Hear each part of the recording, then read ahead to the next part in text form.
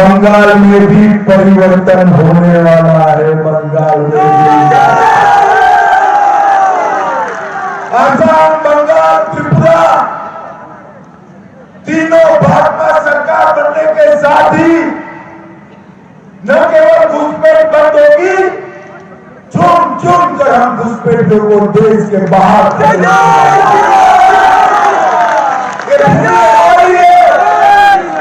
एक घुसपैठिया हमारे युवाओं की रोजगारी छीन रहा है। हम नहीं चाहते घुसपैठियों को देश के बाहर निकालने का काम ये भारतीय जनता पार्टी। ইতিমধ্যেই আপনারা জানেন যে ৬০ লক্ষের নিষ্পত্তি সুপ্রিম কোর্টের নির্দেশ মতোই তালিকা প্রকাশ করলো নির্বাচন কমিশন।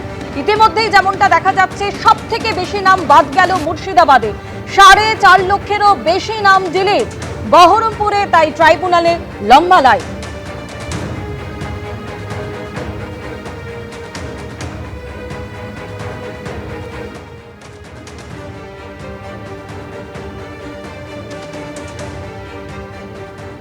আর বাবার মায়ের তিনজনারই। আমি বহরমপুরেই জন্মেছি। মা বাবার বাড়ি এখানে? মা বাবার বাড়ি মায়ের বাড়ি ছিল পদ্মনাভপুর হরিহরপাড়া থানা, বাবার বাড়ি ছিল খিদিরপুর হরিহরপাড়া থানা।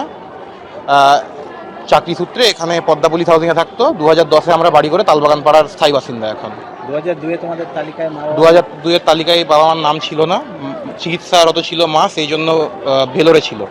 সেই কারণে বাবা মা দুজনাই ওখানে ছিল, তো সেই জন্য হয়তো নাম উঠেনি।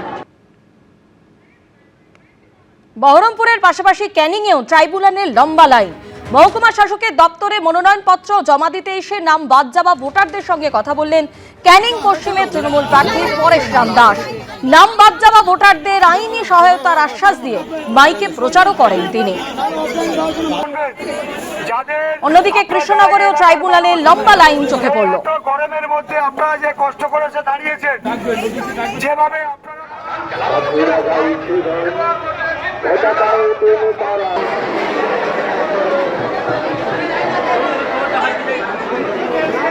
একই সঙ্গে ক্যানিং এবং কৃষ্ণনগরের ছবি আপনারা দেখতে পাচ্ছেন। ট্রাইব্যুনালে লম্বা লাইন সকাল থেকেই লক্ষ্য করা যাচ্ছে। মনোজা, এখানেও দীর্ঘ লাইনে অপেক্ষা করছেন মানুষজন, কি বলছেন তারা?